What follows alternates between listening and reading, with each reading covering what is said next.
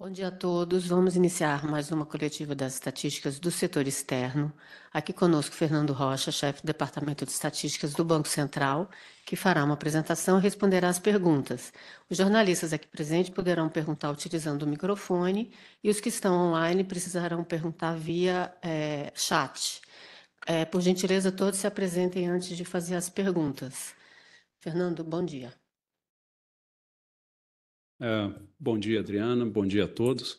Então, vamos começar a divulgação das estatísticas do balanço de pagamentos brasileiro para junho de 2025, informando já que hoje a coletiva pode ser um pouquinho maior, porque nós divulgamos agora com esta nota as revisões do balanço de pagamentos para o ano de 2024 e os primeiros 5 meses de 2025. E também divulgamos hoje os resultados da pesquisa de capitais brasileiros no exterior, relativos ao ano de 2024, que apresentam, né, os totais investidos por brasileiros no exterior nas suas diversas modalidades. Então, nós vamos comentar esses dois pontos rapidamente durante a coletiva, né? Então, começando com o ponto 1 da coletiva de hoje, que são as próprias estatísticas do balanço de pagamentos do mês de junho, as transações correntes do balanço de pagamentos do Brasil foram deficitárias no mês de junho em 5,1 bilhões de dólares.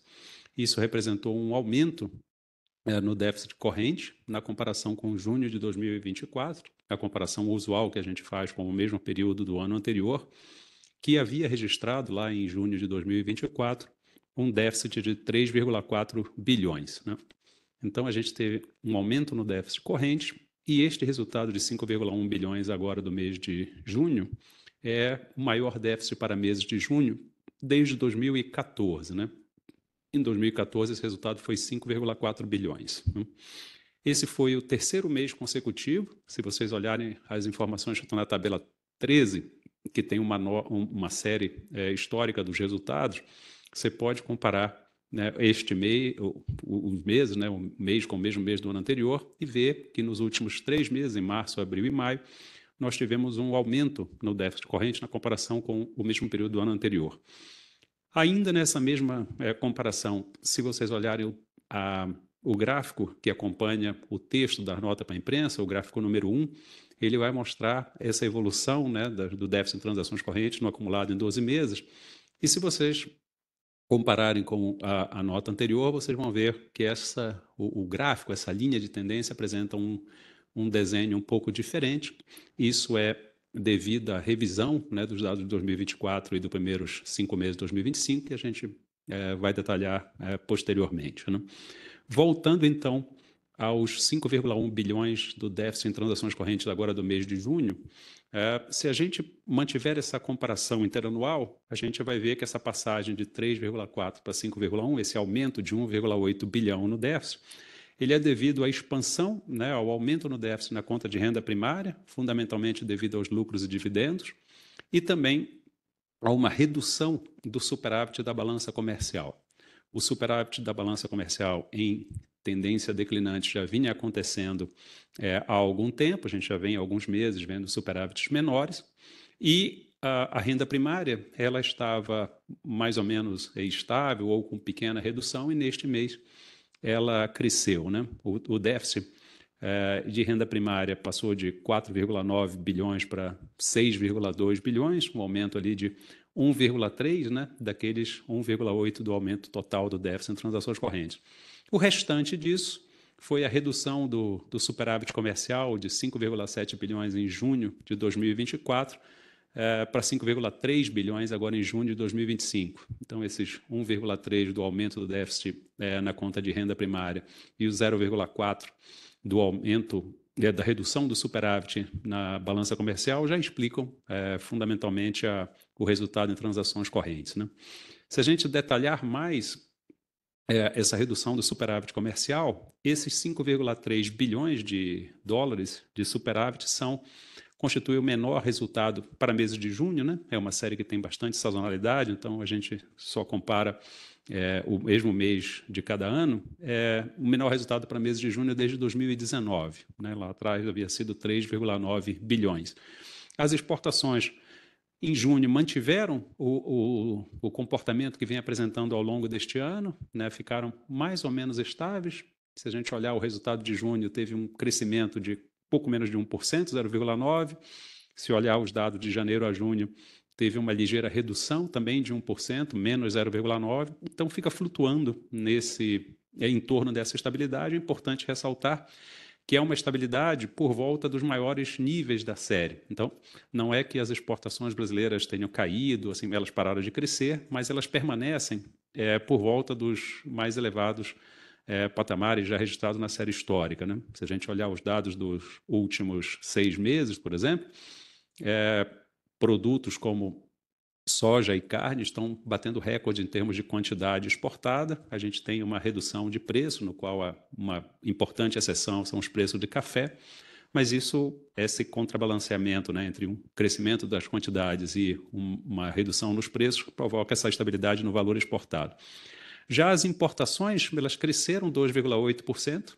É isso que tem feito reduzir o superávit da balança comercial. A gente tem exportações estáveis e importações crescendo. Então, isso é a própria explicação da redução do superávit, mas o que é importante comentar é que o crescimento das importações de bens tem desacelerado. A gente tem agora em junho, por exemplo, uma variação de 2,8% no valor importado de bens. E se você olhar os últimos 6 meses, esse crescimento é 7,4%, ou seja, o crescimento para períodos mais longos é maior do que o crescimento na margem, mostrando uma desaceleração. Cada mês ela vem crescendo menos, né? Depois desses primeiros comentários, se a gente olhar o acumulado no ano, os dados do primeiro semestre, o déficit em transações correntes chegou a 32,8 bilhões. Ele é bastante maior do que os 17,6 bilhões do primeiro semestre de 2024, mostrando, tal como a gente viu nos dados na ponta, no mês de junho, né, uma expansão, né, no déficit em transações correntes, e mais ou menos na mesma base de comparação com os dados de junho, se a gente considerar os dados do primeiro semestre, eles foram o maior déficit em transações correntes desde 2015, agora foram 32,8 bilhões, lá no primeiro semestre de 2015 haviam sido 42. Né? Aqui, de janeiro a junho, o principal fator explicando esse crescimento do déficit, que aumentou 15 bilhões, né? Ele passou de 17,6 bilhões para 32,8, cresceu 15,2 bilhões. Isso está fundamentalmente explicado pela redução do superávit da balança comercial. Quando eu estava falando do mês, eu havia dito que em junho o aumento do déficit de renda primária foi mais importante, mas o superávit comercial também continuou na sua trajetória de redução. Então, quando a gente olha um período maior, essa redução do superávit comercial é que é a grande responsável pelo aumento no déficit em transações correntes.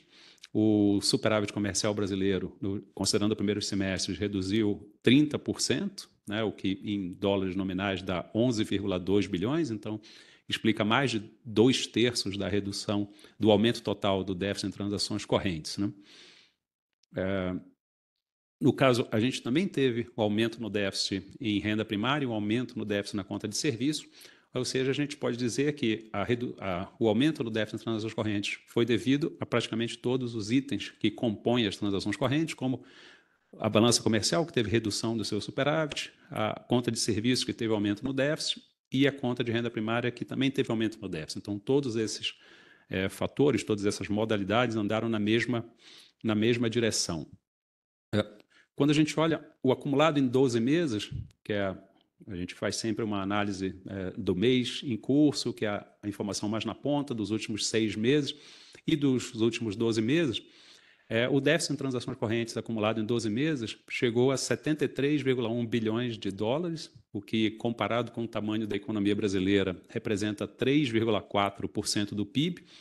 E se a gente olha os 12 meses até junho de 2024, a gente vê quanto cresceu, né, o déficit em transações correntes. Em junho de 2024, esse déficit era de 28,9 bilhões, ou 1,3% do PIB. Então, no período de um ano, entre junho de 24 e junho de 25, o acumulado em 12 meses das transações correntes passou de um déficit de 1,3 para 3,4. Né? Eu vou apresentar daqui a pouco esses mesmos resultados para o investimento direto no país, mas já antecipando, a gente tem agora em junho, né, um déficit em transações correntes superior aos ingressos de investimento direto no país, uma diferença de um pouco menos de 10%, né, 9% para ser mais preciso, mas ainda assim, né, os ingressos líquidos de capitais de longo prazo, notadamente o investimento direto no país, permanecem de longe a principal fonte de financiamento do déficit em transações correntes, embora nesses últimos 12 meses não tenha sido o financiamento, não tenha fornecido o financiamento integral desse déficit. Já que eu comentei o IDP, né, o investimento direto no país, o investimento direto no país no mês de junho foi baixo, atingiu 2,8 bilhões de dólares, e a gente pode ter também uma outra noção disso, né? Claro, olhando os resultados de IDP, a série histórica, a gente vê que 2,8 bilhões é um valor baixo, e ele foi mais ou menos a metade do observado um pouco menos da metade do observado em junho do ano passado, 6,3 bilhões. Então, houve uma redução no mês de 6,3 para 2,8. É claro que os fluxos de investimento direto no país são fluxos mais estáveis, tendem a ser sempre ingressos positivos. Quando dá uma variação maior dessa, eu acho que a gente deve olhar o resultado com mais detalhes, né? Nós vamos fazer isso quando a gente estiver analisando a tabela 8, mas já adiantando, o investimento direto no país é composto por 3 modalidades, né? Os novos investimentos em participação no capital, o reinvestimento dos lucros obtidos pela atuação da empresa nos períodos anteriores e as operações intercompanhia, que são aqueles empréstimos ou emissões de títulos ou qualquer outra modalidade de crédito feita entre empresas do mesmo grupo, né? Uma no país e outra no exterior. Essa última modalidade, que são os empréstimos intercompanhia, foi a responsável pela redução dos fluxos líquidos de IDP no mês, porque ela passou de ingressos líquidos de 2 bilhões de dólares em junho de 2024, no período básico, nessa comparação que nós estamos fazendo, para amortização líquida de 3,6 bilhões. Então, é como se eles tivessem passado de mais 2 para menos 3,6, uma virada de 5,5, 5,6 bilhões, que explica fundamentalmente porque nessa base comparativa, por exemplo, houve uma diminuição dos fluxos de IDP. Esse caso, a razão para a redução dos fluxos líquidos de operações intercompanhia é o cronograma de pagamentos das operações que foram contraídos em períodos anteriores, e não houve uma rolagem integral, né, dessas operações no mês. Então, prevaleceu as amortizações de operações contratadas anteriormente, conforme cronograma de vencimento. Então, acho que isso é uma coisa que me faz entender esse resultado do mês como algo mais pontual e não uma inflexão e uma nova tendência, né? Outro fator disso é que, se a gente olhar apenas os ingressos, novos ingressos em participação no capital, eles cresceram quase 90%, né? Passaram de 2, alguma coisa para 4 bilhões no mês, né? Então, um ingresso significativo, e o investimento total ficou abaixo disso pelas amortizações de intercompanhia. Se a gente olhar os últimos 6 meses, que aí a gente deixa de lado um pouco esse resultado pontual do mês de junho, ainda assim os fluxos de IDP têm uma redução, mas bastante menor, né? Os investimentos diretos no país acumulados no primeiro semestre somaram 33,8 bilhões e foram por volta de 10% menores do que o IDP no primeiro semestre do ano passado, 37,8 bilhões, né? Nos últimos 12 meses, aí a gente tem um investimento direto no país em 67 bilhões. Vocês têm que observar que esse é o resultado da série revisada, dos dados de 2024 e 2025. E esses 67 bilhões, quando a gente compara com o déficit em transações correntes, que foi 73,1, aí sim a gente consegue perceber esse gap entre 67 e 73, aqueles por volta de 10%, 9%, que eu havia mencionado, sendo o investimento direto no país menor do que o déficit em transações correntes, né? Se a gente expressar esse resultado como percentual do PIB, a gente tem um investimento direto no país de 3,1% do PIB, comparado lá com os 3,4% do PIB do déficit em transações correntes. Então, essa é a magnitude do gap de 3,4% do PIB para 3,1%. É uma diferença pequena e, exatamente por essa razão, a gente pode afirmar que são os investimentos diretos no país a principal fonte, né, com ampla vantagem do financiamento do déficit em transações correntes, o que mostra uma continuidade desses ingressos de capitais de longo prazo necessários para compensar, digamos assim, as saídas por meio das transações correntes, né? Uma outra parte nesse começo da nota, na tabela 1, diz respeito aos investimentos estrangeiros em carteira.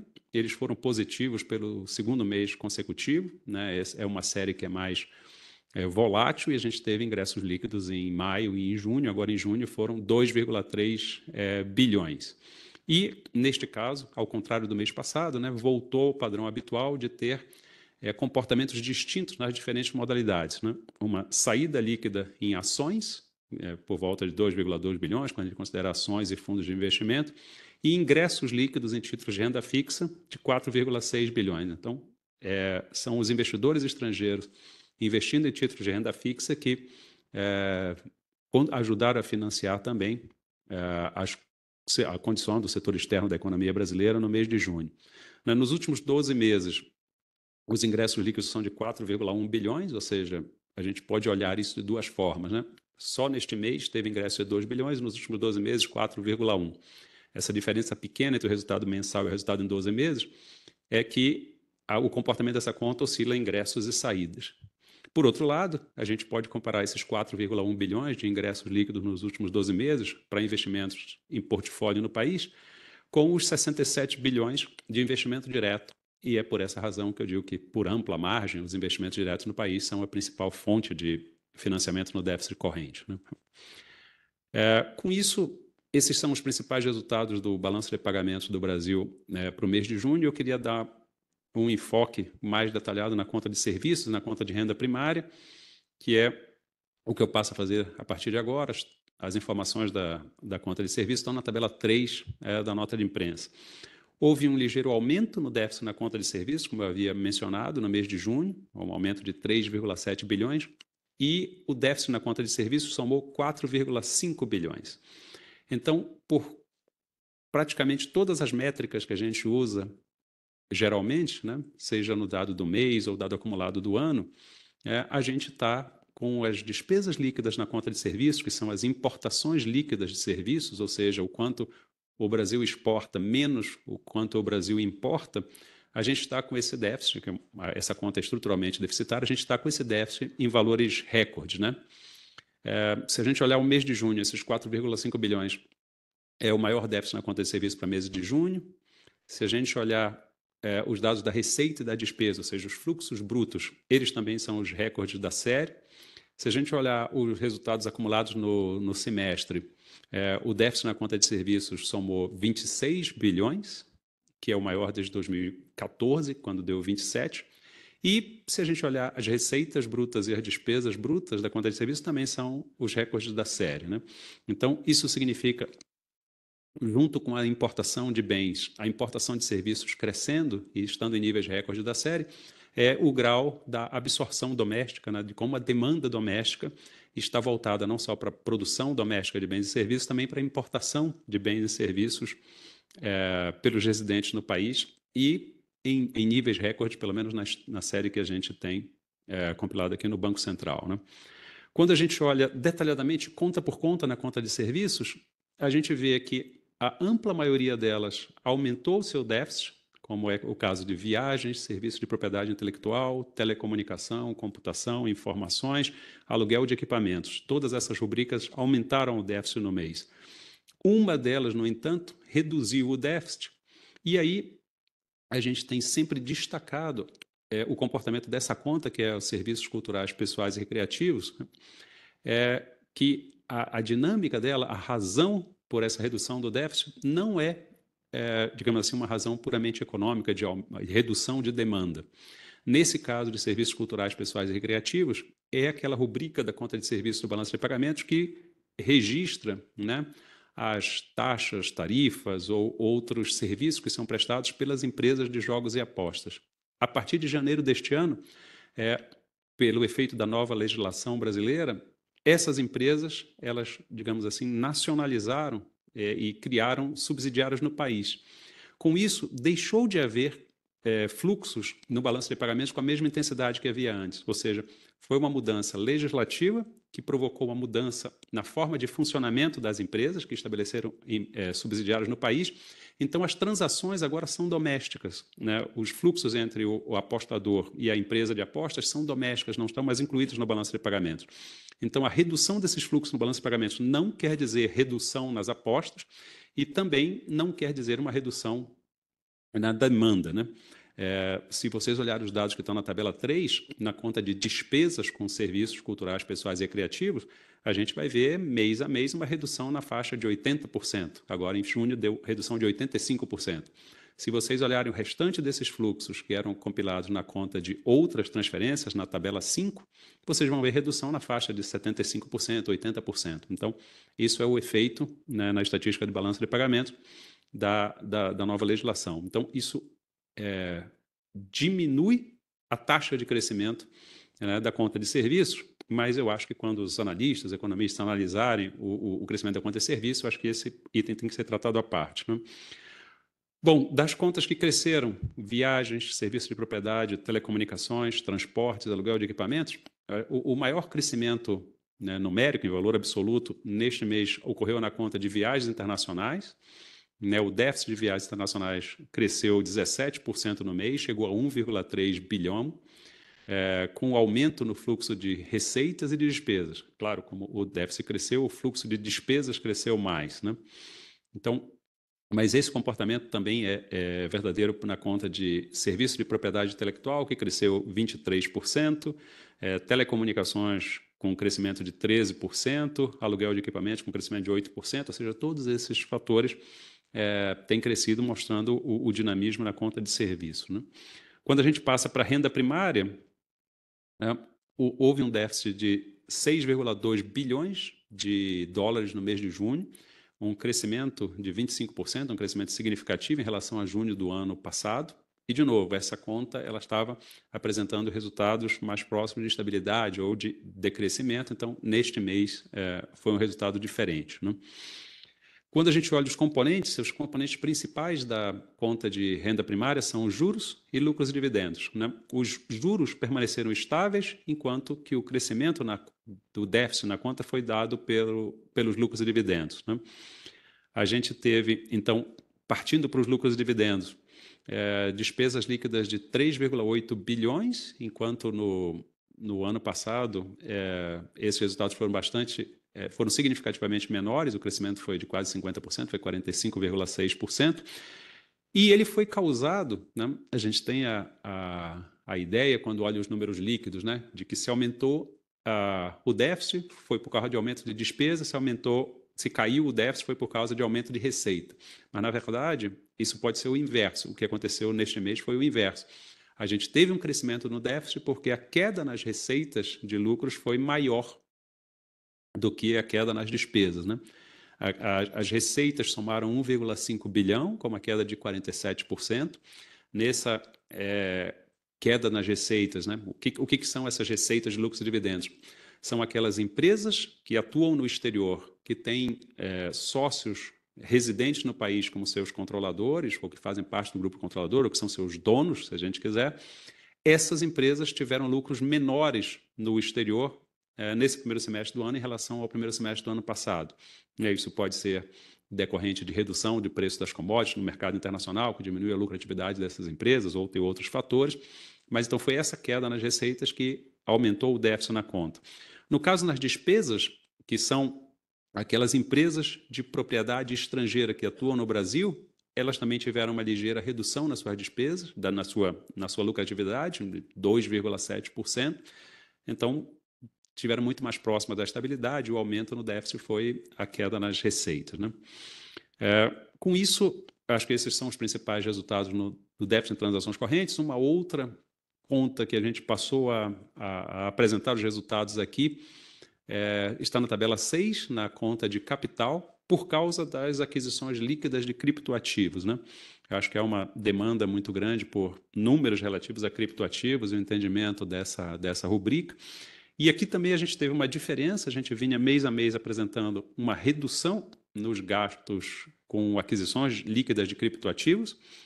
Ela vinha mês a mês sendo menores na comparação com os mesmos meses do ano anterior, e agora isso se inverteu.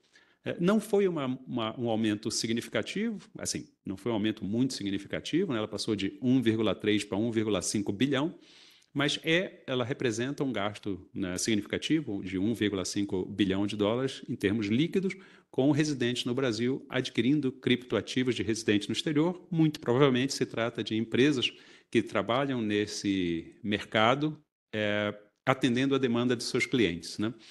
E essas demandas podem ser demandas por investimento, demandas transacionais, né? Todas elas estão agregadas neste resultado, né? Um último comentário, então, antes da gente passar para os resultados das revisões, diz respeito ao investimento direto no país. Eu já havia apresentado os principais resultados, mas só consolidando os resultados no mês. Nós tivemos um ingresso líquido de 2,8 bilhões. Esse resultado foi impulsionado pelas operações de participação no capital, né? Os novos investimentos somaram 4 bilhões e o reinvestimento de lucro 2,4, né? Então, nas operações que ampliam o patrimônio líquido das empresas que atuam no Brasil, que têm acionistas ou controladores no exterior, a gente teve um ingresso líquido de 6,4 bilhões no mês, né?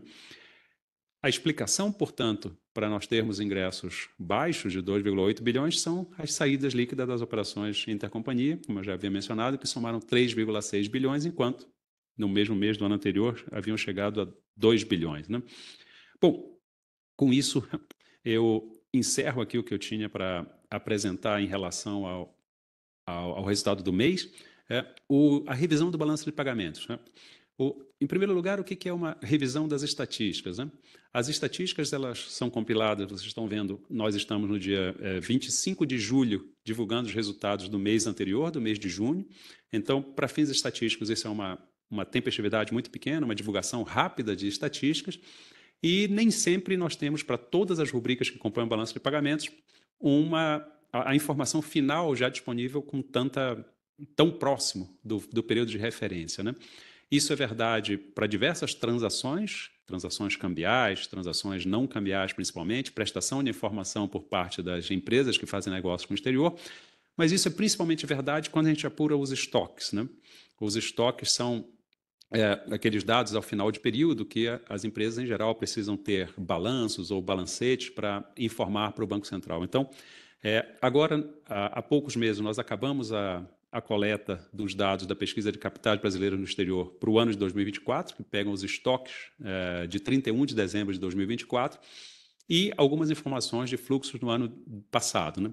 Com essas informações, a gente altera, revisa, né, as estimativas preliminares que a gente tem e divulga, então, resultados finais. Para 2024, no caso de transações correntes, a gente teve uma redução no déficit em transações correntes, passou de 61,2 para 57,9, uma redução de um pouco mais de 3 bilhões, o que é uma redução pequena quando a gente compara os valores envolvidos. Então, assim, isso indica que as estimativas que foram feitas ao longo do ano passado para os resultados foram confirmadas por esse resultado, ou teve uma pequena revisão desses resultados.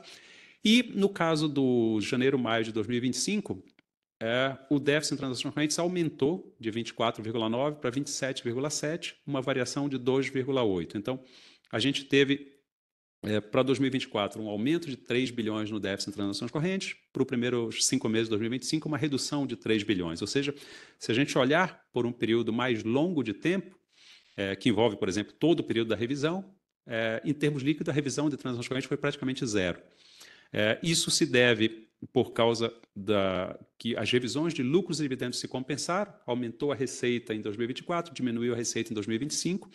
Então, para períodos mais longos, mostra que os resultados que haviam antes estavam adequados, né, ou estavam bem estimados. Quando a gente olha os dados na ponta, ou aquele número de 12 meses que eu mencionei, há uma mudança no comportamento desses fluxos, está explicado no texto da nota para a imprensa, inclusive com gráficos, né, mostrando que se você está com interesse em olhar na ponta, né, interessa mais para você olhar que o déficit em transações correntes aumentou neste ano, né? Então, esse é um dado revisado, mais fidedigno, portanto, para se utilizar. Nós também tivemos uma variação no resultado de investimento direto no exterior, né, que é um pouco menos relevante, na faixa de 2 bilhões para cada caso. Então, acho que isso explica a mudança de comportamento na ponta no déficit de transações correntes, aumentando o seu déficit. Bom, e o último ponto para trazer aqui para vocês são os resultados do CBE. O que é o CBE? É uma pesquisa que o Banco Central faz com todos os brasileiros, todos os residentes no país, a rigor, pessoas físicas ou pessoas jurídicas, que tenham investimentos no exterior acima de $1 milhão, né? Para o ano de 2024, essa base de declarantes do CBE, ela atingiu 29 mil declarantes. Os dados foram publicados hoje. Se vocês entrarem no site do Banco Central, clicarem no menu Estatísticas, em tabelas especiais, ela é a última tabela, tem uma lista enorme de tabelas especiais, vocês vão direto para a última, ela está como investimento direto no exterior. Ela vai abrir um conjunto de mais de 15 tabelas com bastante mais informação do que eu vou passar aqui.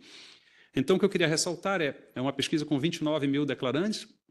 Então, é uma das maiores pesquisas de ativos externos do mundo, feita por estatísticas para estatísticas do setor externo. Ela revela que esses 29 mil declarantes declararam possuir no exterior investimentos sob diversas modalidades, investimentos diretos em ações, em imóveis, conta corrente, outras coisas, no total de 654 bilhões de dólares. Isso é um crescimento de 5% em relação ao resultado do CBE de 2023. E, para vocês terem uma magnitude melhor da importância dessa pesquisa, esses ativos externos, digamos assim, privados, informados por essas pessoas físicas e jurídicas, eles constituem o dobro das reservas internacionais do país, né? Em 31 de dezembro de 2024, as reservas internacionais do país eram de 330 bilhões de dólares. E o resultado do CBE foi de 654. Se você soma as duas coisas, os ativos externos do Brasil são na faixa de 1 trilhão de dólares, né? E esses dados são possíveis que a gente calcule isso, compile isso aí pelo resultado pela existência do CBE.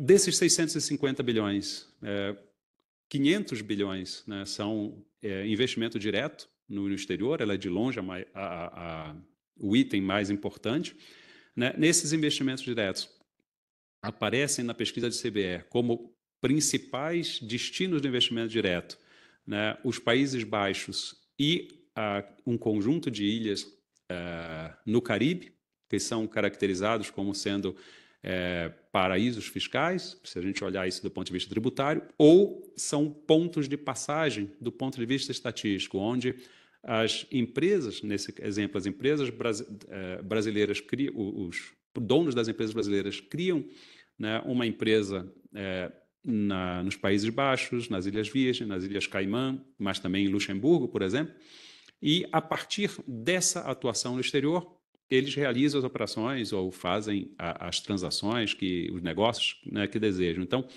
a pesquisa de CBE permite identificar esse primeiro nível, né, do investimento direto. Então, esses resultados estão apresentados também no conjunto de tabelas lá, mas há uma concentração significativa nesses locais. Por exemplo, dos 500 bilhões, os Países Baixos respondem por 95 bilhões. Né? E se a gente somar Ilhas Virgens, Ilhas Caimã e Bahamas, Luxemburgo e tal, são outros 250 bilhões.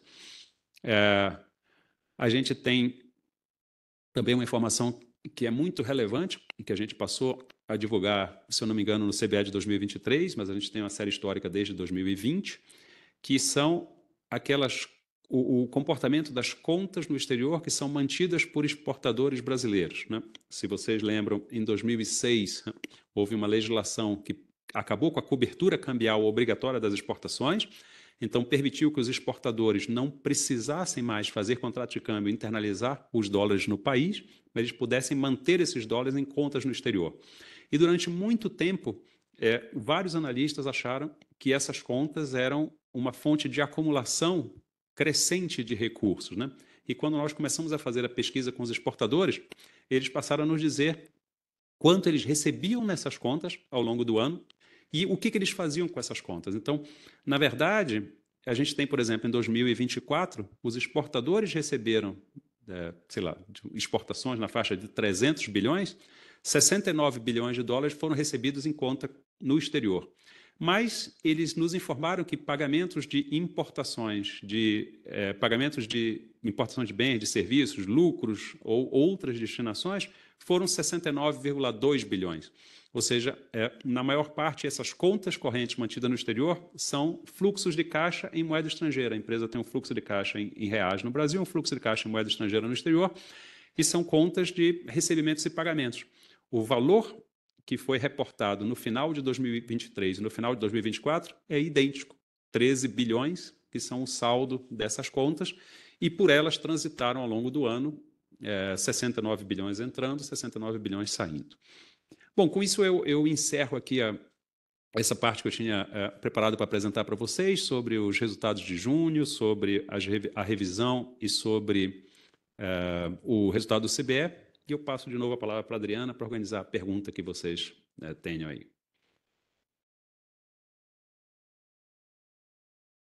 Bom dia, Fernando. Natália Garcia, da Folha de São Paulo. Eu queria só um detalhamento maior, assim, se a gente pode falar, até então, no déficit das transações correntes, né, no acumulado em 12 meses, nos meses passados, antes da revisão, a gente falava em uma certa estabilidade, e agora, dá para a gente falar, então, que esse crescimento desacelerou nos últimos meses, né, levando em consideração os dados revisados? Se puder também falar, assim, o que os principais fatores, né? O que dá para a gente pensar no ponto qualitativo. Obrigada. Legal. Vamos lá. Então, eu sempre gosto de olhar graficamente, assim, a gente tem os números nas tabelas, né? Mas às vezes olhar o gráfico ajuda a gente a pensar o que está acontecendo. Se vocês olharem o gráfico 1 do texto que acompanha a nota para a imprensa, ele tem um conjunto de barras azuis, que são as transações correntes acumuladas em 12 meses. Vocês podem ver que elas têm um comportamento as barras estão aumentando, né? Ou seja, esse déficit está crescendo. E tem uma linha vermelha, que são os resultados como percentual do PIB. A mesma coisa em dólares em percentual do PIB. Se a gente olhar essa linha vermelha, a gente vai ver que, mais ou menos a partir do segundo trimestre de 2024, ali abril e tudo, a gente começa uma tendência de crescimento. Esse crescimento no déficit em transações correntes, ele representa um aumento na demanda líquida por bens e serviços e outros fatores por parte residente no Brasil, o que é associado a um crescimento da atividade econômica. A gente olhar os resultados do PIB do ano passado, eles cresceram, né? Acima do esperado, inclusive, e todo. Então, esses são sinais consistentes. Quando a gente passa para olhar 2025, né, o que a gente teve ali? Só antes, em 2024, então, a gente acabou de ver que o déficit em transações correntes diminuiu 3 bilhões. Quando a gente olha graficamente, é como se ele tivesse elevado um pouco essa série, ela está um pouco mais baixa, ficou um pouco mais alta, mas a tendência se mantém. Quando a gente olha os dados de janeiro e maio de 2025, a gente tem o inverso disso, né? Um aumento de 3 bilhões no déficit em transações correntes, que se traduz graficamente ali. A gente tem uma interrupção dessa tendência de crescimento ali em fevereiro para março, e depois ela volta a crescer. Então, ela se traduz graficamente na continuidade do crescimento no déficit em transações correntes. E aí, 2 comentários finais. O primeiro ele está desacelerando? A resposta é sim, né? Então, se você vê a taxa ou a velocidade ou a inclinação dessa linha, ela é muito mais acentuada no segundo semestre e ao longo de 2024 do que agora. Então, sim, está tendo uma desaceleração. O déficit de transações correntes continua a crescer, mas ele está crescendo um pouco menos a cada mês, né? Isso é o sentido da desaceleração. E essa desaceleração deve estar correlacionada com a desaceleração da atividade econômica, com a atividade econômica crescendo menos neste ano do que no ano passado. O segundo ponto é o que está por trás disso. E aí a gente pode dividir em 2 partes, né? O que está por trás disso, se a gente olhar os dados de janeiro a junho, é um menor superávit da balança comercial, né? Com exportações estáveis e importações crescendo. Se você olhar a comparação do resultado que eu estou divulgando hoje com o resultado que tinha no mês passado, a mudança, né, esses 3 bilhões adicionais, são receitas de lucros menores, que esse foi o principal item revisado nas transações correntes. Teve outras revisões, mas esse foi o principal item. Se você olhar lá no item 3.3 da nota para a imprensa, tem lá uma tabela e você vai ver que nos lucros e dividendos receitas houve uma redução de 2,6 bilhões do total de 2,8. Então, é ali que aconteceu a coisa. Então, assim, há uma desaceleração nas transações correntes em 2025 comparado com 2024, mas ambas estão crescendo, o déficit. 2,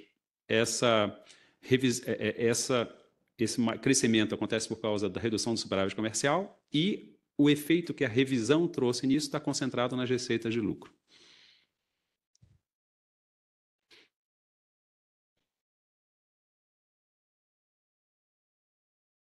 Bom dia, Rocha. Bom dia. Cícero Cotrim, da Broadcast. Tenho duas perguntas para fazer. A primeira, a gente teve a inversão aí, de novo, da relação entre transações correntes e IDP em 12 meses. Se a gente olhar na comparação com maio, ela se aprofundou. Você mencionou que o resultado de junho parece ter sido pontual, mas, de qualquer forma, ele vai ser carregado pelos próximos 12 meses em relação ao IDP. Tem um risco de a gente manter, de alguma forma, essa relação invertida por mais tempo? Essa é a primeira pergunta. A segunda pergunta é, na queda do IDP, entendi as ponderações que foram feitas, mas a gente já pode falar de um risco, de alguma forma, de algum impacto dessas tarifas que foram anunciadas no Brasil nesse fluxo de investimentos para cá, ou não tem nenhuma evidência disso até onde a gente pode ver até aqui nas estatísticas? Obrigado. Opa, excelentes perguntas. Vamos lá, então. Vamos olhar esses números que você mencionou, acho que a gente pode ver melhor na tabela 13, né? Então, na tabela 13, a gente tem o investimento direto no país acumulado em 12 meses e os fluxos de transações correntes acumulados em 12 meses, né? Comparando um com o outro, o que o Cícero observou, né? Que aquela diferença, ou seja, os ingressos líquidos de investimento direto no país sendo maiores do que o déficit em transações correntes, essa diferença foi diminuindo e agora inverteu, né? O déficit em transações correntes é maior do que o investimento direto no país. Então, se a gente olhar dezembro de 2024, né, 6 meses atrás, o IDP estava com 71 bilhões e o déficit em transações correntes 58. Né? Então, havia uma diferença de 58 para 71, por volta de 13 bilhões mais favoráveis ao investimento direto. Ao longo deste ano, no acumulado deste ano, né, os fluxos de investimento direto foram ligeiramente menores do que no primeiro semestre do ano passado. Né? Na conta de 12 meses, quando o mês vai passando, você tira o primeiro e põe o último. Né? Então, essa diferença, alguma coisa por volta de 10%, se traduziu numa redução do acumulado em 12 meses de 71 para 67. Então, houve uma ligeira redução, né, dos fluxos de IDP, enquanto que o déficit de transações correntes se expandiu. Né? Então, essa diferença em maio estava menos de 1 bilhão com as transações correntes a mais, e hoje está 6 bilhões. Né? O que aconteceu que explica o aumento de as transações correntes maiores que o IDP em 0,9 bilhão em maio e agora 6 bilhões em junho? Por um lado, o déficit de transações correntes cresceu no mês, na comparação junho com junho, mas foi fundamentalmente a redução do IDP. O IDP baixou de 6,3 para 2,8, uma queda de mais de 50%. O que eu estava mencionando é que o montante de 2,8 bilhões de ingressos líquidos de investimento direto no país em um mês, se a gente olhar a série histórica, esse é um valor muito baixo. Né? O que aconteceu tem duas formas de interpretar esse baixo. Assim, a gente mudou o patamar e passou para um patamar mais baixo, ou então isso foi um aspecto pontual que não deve se repetir. A gente não tem como saber certamente, olhando uma única observação, não dá para definir uma mudança de tendência como uma única observação, mas a gente tem alguns elementos, olhando os números por dentro, ou seja, mais desagregados, que permitem, que sugerem que esse número é uma redução pontual. Tem dois elementos principais.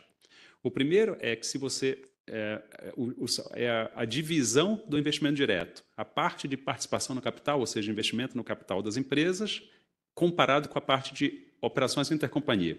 Qual que é a diferença ali? Quando você investe numa empresa, você está tirando o capital da sua própria empresa ou dos seus fundos privados, né, e investindo naquela outra empresa. Claro que o capital continua seu, mas ele está submetido à dinâmica daquela empresa. Você só vai receber remuneração se a empresa apresentar uma remuneração. Então, ele se desloca do seu patrimônio e passa para o patrimônio da empresa. Quando a gente olha isso, os ingressos foram de 6,3 bilhões agora em junho. E foram ingressos muito significativos, um crescimento de 90% em relação ao mês anterior. Quando a gente olha os novos investimentos, foram 4 bilhões. E a diferença para 6,3 são os reinvestimentos. Então, o acionista no exterior, ele optou por botar mais 4 bilhões nas empresas no Brasil e de 2,3 bilhões que ele podia, retirar da empresa, ele optou por reinvestir, né? Então, esse indicador mostra que, parece que faz sentido continuar fazendo negócio aqui, vamos continuar fazendo negócio, né? O que é a outra parte? A operação intercompanhia. Essa operação intercompanhia também o investidor não residente investindo na empresa no país, mas a forma de remuneração é diferente. Então, em tese, ele fez um empréstimo e ele vai receber aquele principal de volta em X anos. E ele vai receber periodicamente, semestralmente, anualmente, o pagamento de juros. E essa taxa de juros foi fixada no momento do contrato. Então, ela não está vinculada. Claro que ela tem um vínculo com a lucratividade da empresa, mas ela não está vinculada diretamente com isso. Ele vai receber aquele valor, não importa o que tenha acontecido com a empresa, no limite. Então, foi esse caso que causou as saídas líquidas, né? Então, elas são pagamentos de principal e de juros, você já sabe quando eles vão acontecer, já sabe exatamente quanto vai ser feito em cada mês, e eles oscilam entre positivos e negativos, dependendo se você fez novos empréstimos para rolar aquilo, né? Os novos empréstimos no mês de junho foram menores do que esses pagamentos pré-definidos. Então, a gente não teve uma redução de fluxos disseminada em todos os componentes, né? A gente teve esse componente específico, pode ser uma concentração de pagamentos no mês de junho e elas se reduzirem no próximo mês ou terem acesso a mercados internacionais. É claro que eu não estou fazendo aqui projeções de fluxos futuros, só estou dizendo que com essa característica, junto com o fato de ser um fluxo muito baixo, parece alguma coisa pontual, mas olhar para o futuro está muito mais incerto nos meses mais recentes, nas últimas semanas, do que antes, né? Só que esse impacto se dá de formas diferentes, dependendo da rubrica do balanço de pagamentos que a gente está falando. Se a gente olhar o investimento direto, eles tipicamente representam operações de longo prazo, que tem um tempo de maturação do investimento, da realização do investimento. Então, eles geralmente são antecedidos por projetos, plano de expansão de atividade, prospecção de novos mercados e tudo. Então, isso leva um tempo entre você cogitar o investimento e realizá-lo, né? E uma vez realizado, ele leva um tempo para maturar, né? Então, é possível que, em uma situação de incerteza, leve aqui o investidor espere um pouco mais para ver, né? Por exemplo, mais outros casos, né? O investimento já está todo planejado para acontecer, etapas preparatórias já foram feitas e o investimento se concretiza, e aí a diferença é que ele tem provavelmente um risco maior na sua maturação, na sua rentabilidade. Por outro lado, quando você vê fluxos de portfólio, eles respondem muito mais rapidamente, né? Então, assim, é tudo muito novo, por exemplo, se você estiver falando de tarifas, então, eles foram anunciados, mas não aconteceram ainda, né? Então, Então, não dá para... certamente, este resultado agora, de junho, que a gente está divulgando, não tem esse impacto, né? Mesmo a situação mundial estando mais incerta neste ano inteiro e tal, não tem esse impacto. E a gente não sabe o que vai ver nos números nos próximos períodos. Você mencionou uma coisa interessante agora, que foi essa história da incerteza. O próprio Copom já trouxe que sozinha a incerteza econômica já prejudica, de uma certa forma, os fluxos de investimento, né? Porque você não precisa esperar uma tarifa, por exemplo, se materializar. O mero fato de você ter uma situação mais incerta vai fazer as pessoas aguardarem mais para investir, por exemplo. Se não me engano, isso está na última ata. A gente não tem nenhuma evidência disso acontecendo, por enquanto, de algum investimento não se materializando, nada do gênero, porque, não sei, algum estudo que seja possível ser feito com base nessas estatísticas? Sim, claro, mas aí a gente tem que separar duas coisas, né? Até onde eu consigo interpretar as coisas, né? Houve um anúncio do presidente dos Estados Unidos, se eu não me engano, em 9 de julho, né, sobre tarifas de 50% que iriam entrar em vigor em 1º de agosto. Nós estamos divulgando o resultado de junho, né? Então, nesse resultado de junho, não há, nem poderia haver evidências de que, digamos, esse impacto dos 50% de tarifas se materializa sobre o resultado de junho. Esse foi anunciado de 9 de julho e a gente está divulgando junho. Mas, em junho, havia um aumento de incerteza nas relações comerciais devido por exemplo, o chamado Liberation Day foi em abril, né? Então, assim, houve tarifas, houve suspensão de tarifas, houve negociação, então já havia um ambiente de incerteza. Neste ambiente de incerteza, a gente teve 6,3 bilhões em termos líquidos de investimentos em participação na capital, ou novos investimentos ou reinvestimentos de lucro, e saídas em operações intercompanhia. Essa saída de operações intercompanhia, a gente divide em duas partes, né? A receita bruta, os novos empréstimos e as despesas. A despesa, entre aspas, assim, não tem o que fazer. Eram operações que já tinham sido contratadas em anos anteriores, tem que pagar. A empresa pode decidir pagar com recursos próprios ou pode rolar isso aí. A rolagem ficou abaixo. Então, a gente não tem nesse dado de junho esse impacto mais recente. Agora, a incerteza prejudica fluxos de investimentos, os investidores se antecipam, criam cenários e tudo, quanto mais incertos cenários, ele pode optar por se reduzir. Agora, nas estatísticas, a gente não vai encontrar isso ainda e provavelmente vocês vão ver isso vocês vão ver isso nas suas demais atividades profissionais antes da gente divulgar a estatística aqui. Por exemplo, vocês podem... tem as entrevistas, repercutem declarações de empresários e investidores e tal, que podem se posicionar sobre isso. Então, é possível que vocês vejam indícios disso antes dele se materializar na própria estatística. Não de nada. Falando sobre essa questão da taxa de rolagem, ela tem ficado abaixo de 100% consistentemente esse ano, né? Eu admito que eu não fui atrás, não fui olhar de novo dos meses anteriores, mas me lembro dela ter ficado bastante abaixo. Já é possível falar de alguma pressão em termos de rolagem dessas dívidas ou ainda é muito cedo?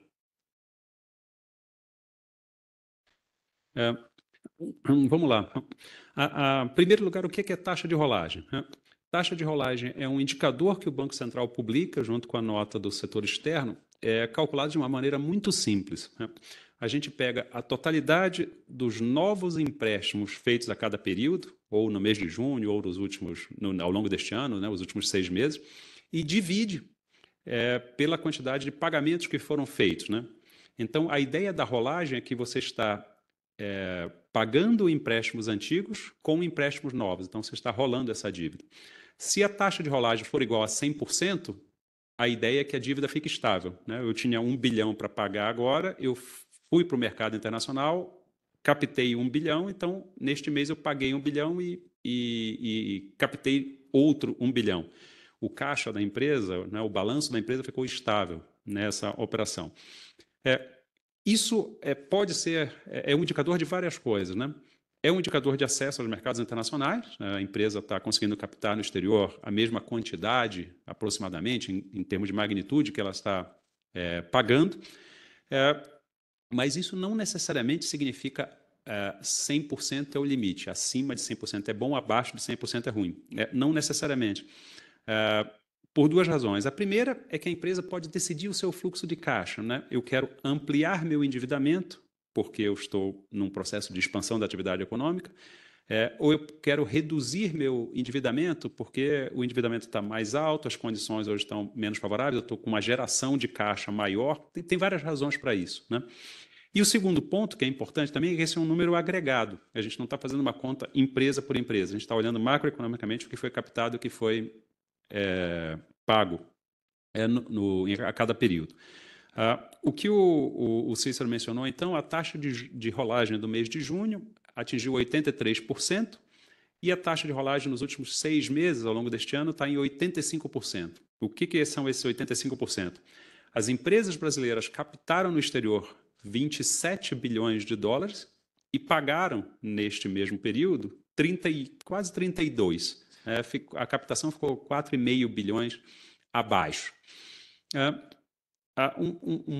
O país captando 27 bilhões de dólares no exterior, só de operações privadas, não tem aqui os bônus da República, né? Neste mês, por exemplo, de junho, o Brasil emitiu 2,75 bilhões em novos bônus no mercado internacional. Então, a emissão soberana, junto com esses 4 bilhões, o setor privado captou no mês de junho mais do que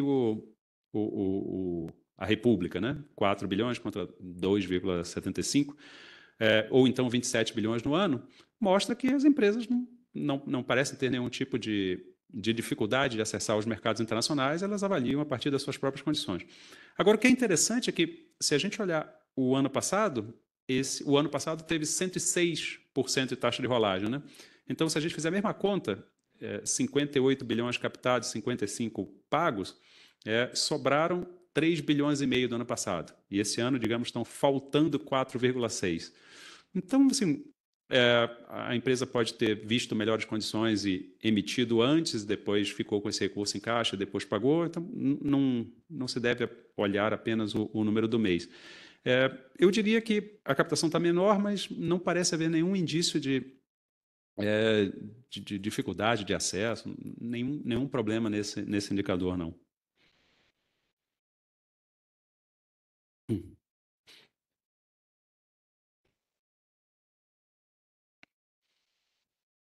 Ok.